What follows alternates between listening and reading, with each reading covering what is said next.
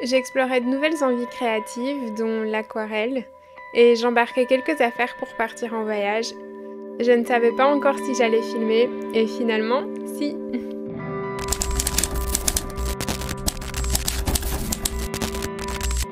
J'ai passé quelques jours en baie de Somme, en famille, au nord de la France, avant de prendre le train pour rejoindre Paris. Et c'est trop adorable! Mon amie Carla m'avait fait la surprise de m'attendre à la gare avec un matcha latte, mon préféré. J'étais trop surprise et trop contente. Ça me tenait à cœur aussi de lui offrir ce petit gâteau pour célébrer l'avancée de ses projets créatifs. Je sais à quel point ce processus peut parfois être décourageant et je trouve que c'est important de célébrer les moments où on récolte enfin le fruit de ses efforts.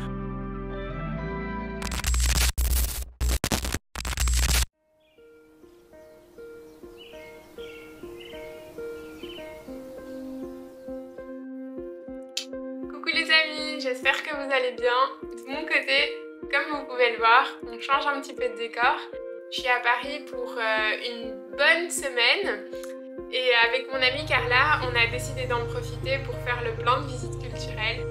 On a commencé par la nocturne à la Bourse du Commerce, qui était visiblement gratuite le premier dimanche du mois. On a aussi été à la fondation Louis Vuitton pour voir l'exposition Formes et couleurs de Kelly Ellsworth et l'exposition sur l'atelier rouge de Henri Matisse. Juste à côté de la fondation, il y a le jardin d'acclimatation et on a été tellement surprises de voir ces magnifiques pans, c'était incroyable. On a aussi été voir une exposition sur les pyramides de Khéops, c'était en réalité virtuelle. Vraiment, je pensais pas vivre ça un jour, mais les sensations sont juste dingues, c'est trop bien fait. Et c'était juste trop chouette de s'évader un petit peu de son quotidien et passer des moments entre amis. On a aussi découvert un petit café trop sympa qui s'appelait Graines du jour.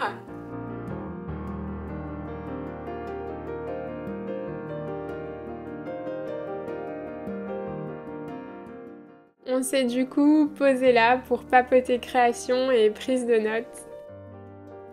Je lui avais aussi offert ce petit carnet et elle m'avait demandé si je pouvais lui suggérer des inspirations ou des manières de prendre des notes un peu plus jolies et plus efficaces que des bullet points.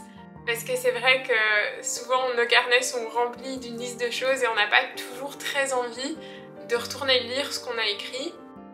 C'est vrai qu'en général, j'adore prendre des notes dans des carnets, j'en ai des dizaines. Et en ce moment, j'aime encore davantage mixer le sketch, l'aquarelle et l'écriture. Du coup, ça m'a beaucoup inspirée et j'avoue que ça m'a même donné envie de peut-être envisager une vidéo à ce sujet. Donc merci Carla.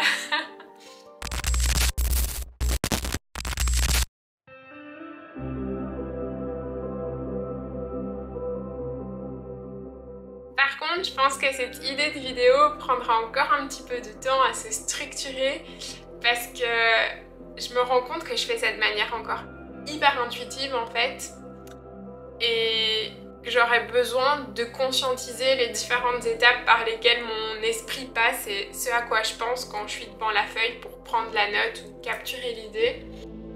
Mais en même temps, je me dis que ça peut être une bonne opportunité d'inclure des petits bouts du processus dans ces vlogs. Donc n'hésitez pas à me dire si c'est un truc qui vous intéresse à développer dans d'autres vlogs ou même plutôt, comme je le pensais, dans une vidéo spécifique à ça. Je pourrais déjà partager un petit bout du processus avec une idée qui a émergé au café. Je me suis rendu compte pendant notre petit moment de discussion que en fait, l'intention de ces vlogs, c'était tout simplement de documenter le cours de ma vie et de vous partager les coulisses de mon processus de réflexion et les coulisses de mon processus créatif. Et j'ai vraiment envie de garder ça de la manière la plus fidèle et la plus authentique possible. J'ai pas envie de faire un truc trop recherché ou trop travaillé, j'aimerais que ça reste sans prise de tête en fait. Du coup, clairement, c'est un concept de vidéo que j'ai envie de continuer à créer. Mais j'aimerais aussi explorer deux autres formats. La création de vidéos à thème qui se concentrerait sur des sujets plus spécifiques et continuer le podcast mais en incluant la vidéo pour les prochaines saisons. Je me suis amusée à capturer cette réflexion dans mon carnet et du coup, je vais essayer de décortiquer le processus. Avant de commencer à créer quoi que ce soit sur la feuille, que ce soit du dessin ou de l'écriture, la première chose que je me demande c'est quelle va être l'intention de ce que je vais mettre là sur ce papier. Ici en l'occurrence, c'était juste poser la réflexion qui m'est venue pendant qu'on discutait avec Carla au café. Une fois que j'ai l'intention en tête, je vais vraiment essayer de poser le contexte déjà sur papier pour savoir dans quoi on met les pieds. Si c'est une réflexion que je veux avoir sur un sujet, j'ai l'habitude de créer un genre de nuage avec le sujet de la réflexion au centre et de faire partir mes idées avec des flèches un peu dans tous les sens. Mais si c'est un autre type de contexte, souvent j'utilise des images, des photos, les dessins en l'occurrence.